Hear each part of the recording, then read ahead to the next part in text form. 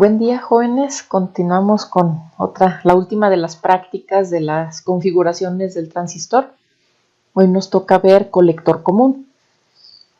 Aquí, bueno, ya tengo los componentes, ya tengo armado el circuito de acuerdo a la figura 15.3. Ya en un paso antes, pues bueno, se debió haber calculado el voltaje de base, ¿sí? Siguiendo el procedimiento de la práctica, nos pide medir el voltaje en la base. Vamos a conectar aquí el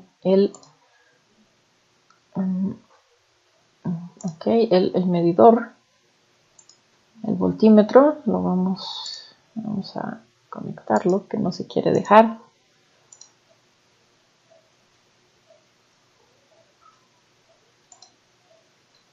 No quiere colaborar. Vamos a cambiar de lugar el voltímetro.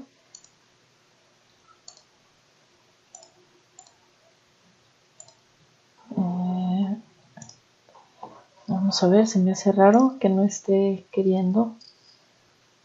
Bueno, tenemos ya el generador. Dice que este necesita estar en 0 para poder hacer las primeras mediciones. Vamos a ver qué pasa si tenemos en volts. Bueno, vamos a ver si sacando otro voltímetro de corriente directa, no nos deja ponerlo.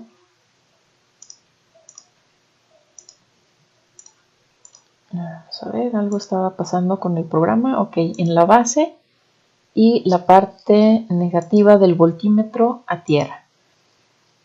Corremos la simulación y nos da el voltaje de base. Aquí lo pueden observar, 11.1 volts. Ahora nos pide el voltaje de emisor. Desconectamos este lado y lo conectamos al emisor. Corremos el circuito. Recuerden que debe ser alrededor de entre 0.5 y 0.7 volts más pequeño que el voltaje de base. Aquí tenemos 10.5 volts. Para que lo anoten ahí, por favor. Ahora vamos a medir el voltaje del colector. Entonces llevo esta parte positiva del voltímetro hacia el colector del transistor. Corremos la simulación y nos da exactamente los 24 volts de la fuente, puesto que está directo, ¿sí? Está directamente conectado con la fuente de alimentación de 24 volts. Ok, muy bien, terminamos esa parte. Vamos al siguiente objetivo. Ahí ustedes van contestando las preguntas, ¿sí? Y vamos al objetivo B. Hay que ajustar el generador a una función de onda senoidal. Ahí está, con una frecuencia de 1 kHz y una salida para una señal de 100 milivolts de máximo a máximo o de pico a pico. Entonces vamos a poner aquí. Es el generador senoidal. La amplitud vamos a ponerla, vamos a ponerle aquí en pico 100 m minúscula, 100 milis, y la frecuencia 1000 Hz, que es lo mismo que 1 kHz. Vamos a checar que se hayan guardado los datos. Bueno, parece que ok, sí, nada más la frecuencia 1000 Hz. Ok. Vamos a conectar la punta de entrada del osciloscopio a la base, ¿sí? Y pues bueno, vamos a necesitar primero el osciloscopio. Aquí lo tenemos. Vamos a conectar el canal A en la base del transistor. Ahí pues vamos a observar, ¿sí?, que deben de estar los 100 milivolts. Lo voy a poner aquí en 0.1. Bueno, vamos a ponerle aquí en 50. Ahí donde le pusimos en 100 milivolts pico, ¿sí? Aquí nos da, cada cuadrito lo toma como 1 centímetro, ¿sí? Entonces estamos en 50 milivolts, o sea que 2 cuadritos serían los 100 milivolts. Vamos a abrir un poquito más aquí el periodo para ver más ondas. Ok, detenemos. Nos pregunta que si hay 5 ciclos de onda en la pantalla, pero bueno, como hemos comentado, esta práctica está hecha para el equipo que tenemos en laboratorio, entonces no es importante si hay 5 ciclos o no. Ahora vamos a medir el voltaje de salida del circuito, que lo tenemos aquí en esta parte del capacitor. Vamos a conectar el canal B aquí en la salida y vamos a medir el voltaje que nos da de salida. Lo voy a poner también en 50 milivolts. Y si observan, también son 2 cuadritos de alto. Quiere decir que son también 100 milivolts de salida. Entran 100 milivolts aquí en el canal A y salen 100 milivolts aquí en la salida que tenemos el canal B. Entonces nos da exactamente lo mismo la entrada que la salida. A la hora de calcular la ganancia que nos pide la práctica, pues vamos a tener voltaje de salida 100 milivolts entre voltaje de entrada 100 milivolts. ¿Sí? Vamos a detener aquí la simulación. Ahora nos dice que vamos a conectar la resistencia 4 o potenciómetro en la salida del amplificador. O sea, esta parte del potenciómetro aquí en la salida, que es este lado del capacitor, y la otra parte a tierra.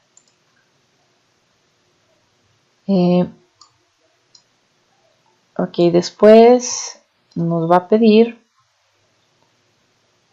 que ajustemos R4 para resistencia máxima.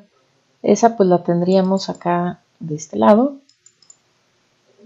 Ahí habría una resistencia máxima. Y luego vamos a correr la simulación y nos pide que ajustemos el potenciómetro para que la salida sea la mitad de lo que se midió en el procedimiento anterior. Entonces, si eran 100 milivolts, pues necesitamos ajustar a 50 milivolts. O sea, que solo mida un cuadrito. ¿Sí? Vamos a ajustar aquí. Si se fijan, la señal azul, que es el canal B de salida, se está disminuyendo. Todavía pasa de un cuadrito. Sigo ajustando aquí el potenciómetro. Ahora sí, ya tengo la mitad. Ahora, en lugar de medir 2 cuadritos, solo mide 1. Quiere decir que en lugar de 100 milivolts, ahora hay 50 milivolts de salida. Ok, detenemos aquí la simulación. Y vamos a medir, vamos a desconectar de aquí el potenciómetro. Lo desconectamos del circuito. Y sacamos un ómetro. ¿Sí? Recuerden, ese están junto con los componentes. Ómetro.